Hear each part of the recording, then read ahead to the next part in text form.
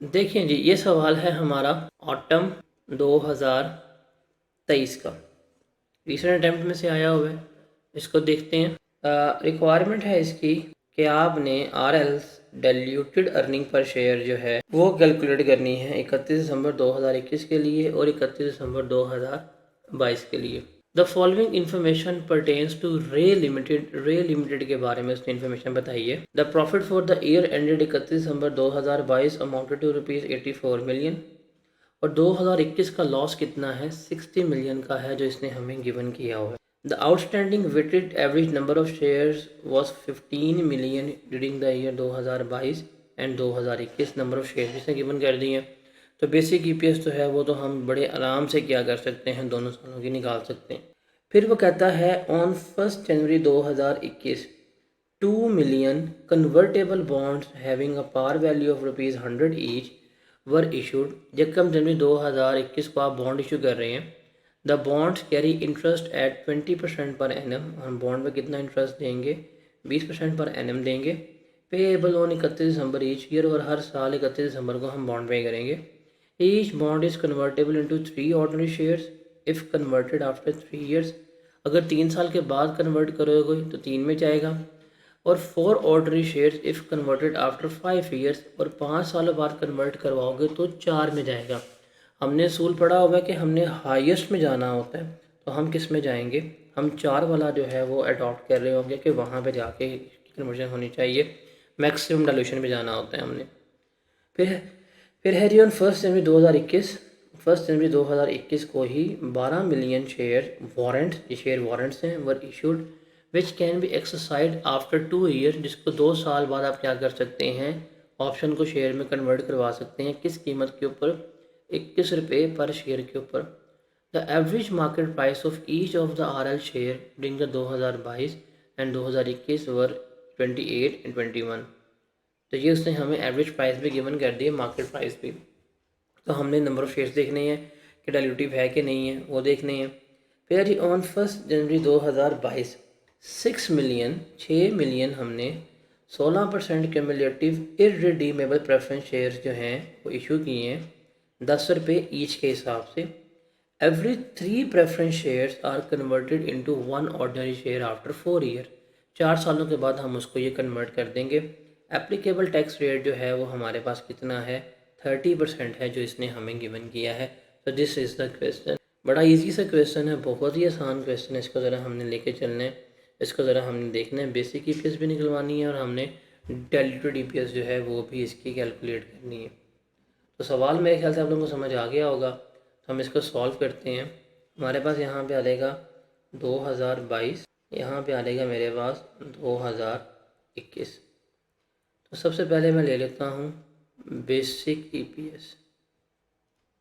Basic EPS में देखें, एक चीज़ मुझे याद आ रही है कि ये 2022 में इशू हो रहे हैं क्यूमुलेटिव प्रेफरेंस शेयर, 21 में नहीं है। तो 21 में तो इसका इम्पैक्ट नहीं आ सकता बिकॉज उस वक्त इशू नहीं हुए थे। तो 21 में लॉस है 60 मिलियन का, तो हम यहाँ पे 60 मिलियन का लॉस जो है वो यहाँ पे लिख देते हैं और डिवाइड कर देते हैं नंबर ऑफ़ शेयर्स पे। उसने हमें बताया यहाँ पे कि जो हमारे शेयर्स थे 15 मिलियन थे जो थ्रू आउट द 21 और 22 इशू रहे हैं। तो हम इसको डिवाइड कर देंगे 15 पे, तो मेरे पास क्या आ जाएगा, मेरे पास लॉस आ जाएगा और वो कितना बनेगा, ₹4 जो है पर शेयर हमारे पास क्या बन रही है, अर्निंग पर शेयर जो है वो बन रही हो। फिर 2022 की अगर मैं बेसिक ईपीएस निकालना चाहूँ तो 2022 का प्रॉफिट मेरे पास आया है 84 मिलियन। 84 मिलियन जो है वो मेरे पास 2022 का प्रॉफिट आया है। नंबर ऑफ़ शेयर उसने कहा है चेंज नहीं होंगे। इसमें से हमने जो है वो लेस करवाना है, डैट इज़ प्रेफरेंस डिविडेंड। अब उसने कहा है 6 मिलियन शेयर से, इसका हम डिविडेंड निकाल लेते हैं। यहाँ पे 6 मिलियन शेयर इशू किए हैं ₹10 ईच के हिसाब से। टोटल कितना बनेगा, ये 60 बनेगा।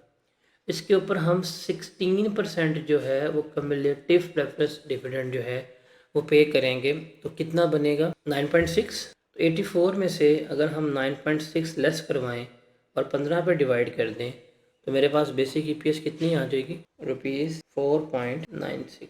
राउंड ऑफ करके मेरे ख्याल से बन रही है।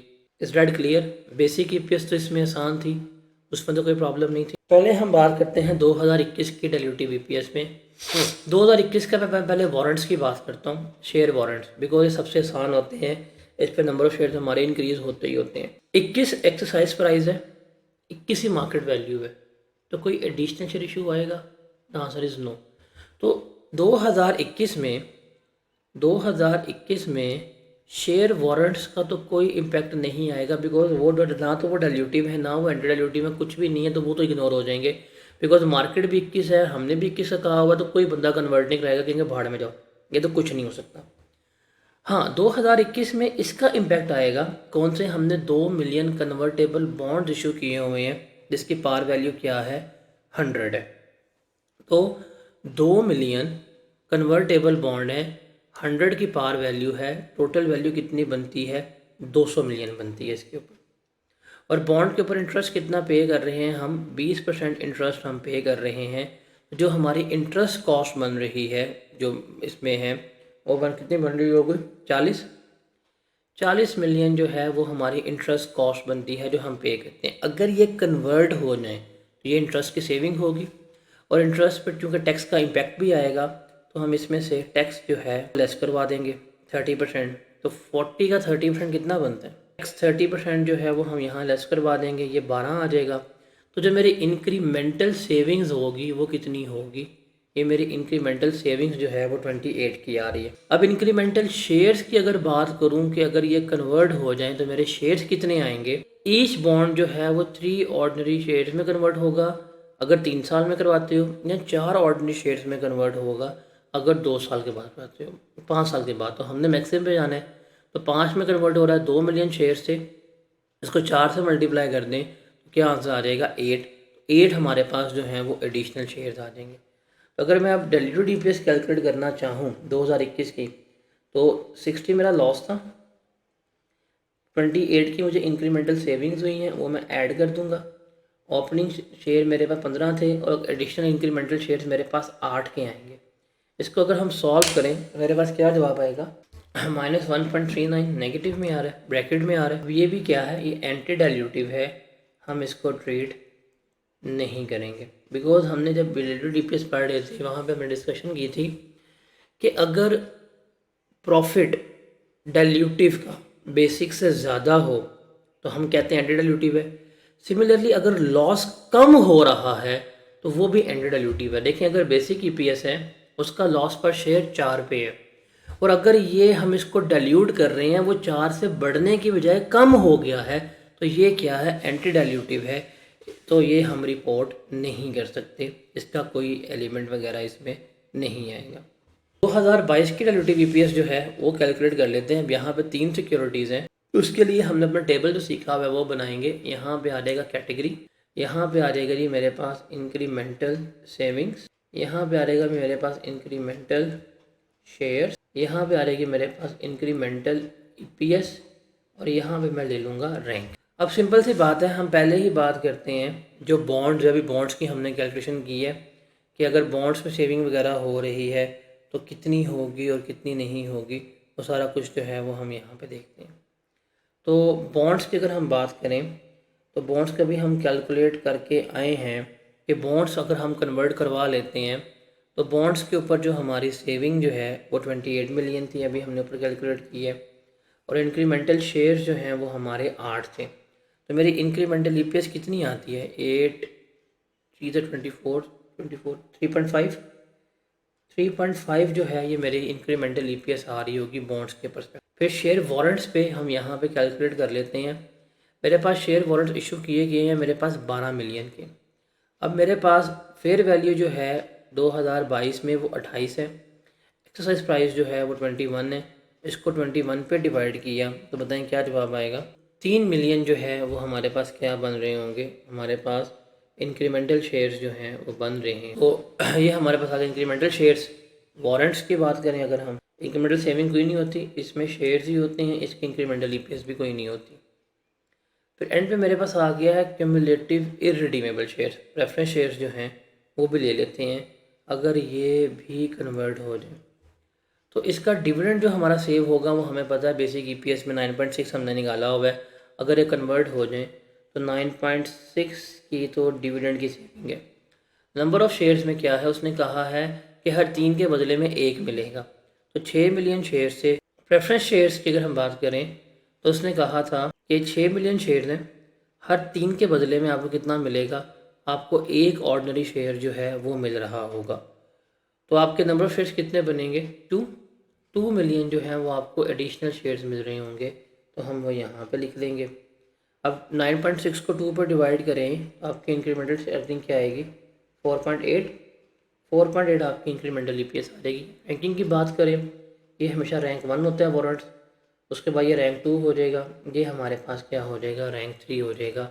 हमने यहाँ पे रैंकिंग भी इसकी निकाल ली है कि ये मेरी रैंकिंग है। अब हम अगर हम अब ईपीएस की बात करें तो यहाँ पे आ जाएगी मेरे पास अर्निंग्स, यहाँ आ जाएंगे मेरे पास नंबर ऑफ शेयर्स, ये आ जाएगी ईपीएस, और ये आ जाएगा मेरे पास इम्पैक्ट। सेकंड टेबल हमने ये बनाना होता है। तो 2022 में जो कि बात कर रहे हैं, 2022 की अर्निंग 84 माइनस 96 करेंगे हम, तो 74.4 आएगी। 74.4 को 15 पे डिवाइड करेंगे तो 4.96। पहला चीज़ हमारे पास जो आ रही है दैट इज़ बेसिक ईपीएस।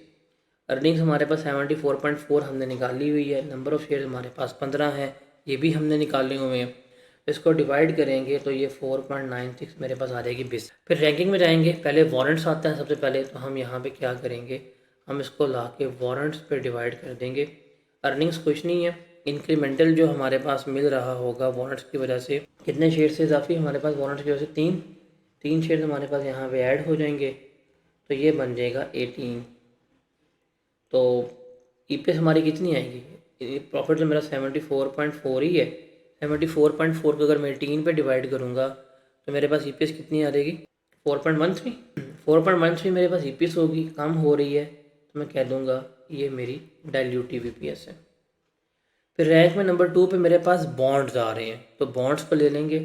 अब बॉन्ड्स पे सेविंग हमारी हुई है 28 की और वो है 8 की, तो हमारे पास बॉन्ड्स हैं, बॉन्ड्स में सेविंग जो हुई है हमारे पास 28 की और ये मेरे पास है 8 की। 74 प्लस 28 ये बनेगा 74 प्लस 28 102.4 और ये बन जाएगा हमारे पास 26। 102.4 को 26 पे डिवाइड करें, क्या आंसर आएगा, 3.93 ये आ जाएगा। ये भी इससे कम है, ये भी हम क्या कह देंगे, डाइल्यूटिव है। तीसरा इसमें बचेगा हमारे पास रैंकिंग, वो है प्रेफरेंस शेयर्स, उसको लिख लेते हैं, देखते हैं क्या ये डाइल्यूटिव है कि नहीं, उसको भी हम यहाँ पे लिख लेते हैं। प्रेफरेंस शेयर्स 9.6 की सेविंग है और शेयर्स जो हैं वो 2 के आ रहे हैं हमारे पास, तो ये हो जाएगा 9.6 112, ये हो जाएगा मेरे पास 28। 112 को डिवाइड किया 28 पे क्या जवाब आएगा, 4। अब ये तो बढ़ रही है, तो ये हमारे पास क्या हो जाएगी, एंटी डाइल्यूटिव। तो लास्ट डाइल्यूटिव ईपीएस 3.93 थी मेरे पास, तो जो मेरी डाइल्यूटिव ईपीएस जो रिपोर्ट हो रही होगी वो कितनी होगी 2022 की, 3.93। This will be the diluted EPS जो मैं इसको यहाँ पर रिपोर्ट कर रहा हूँ। तो ये हमारा सवाल है ऑटम 2023 का, इसको हमने यहाँ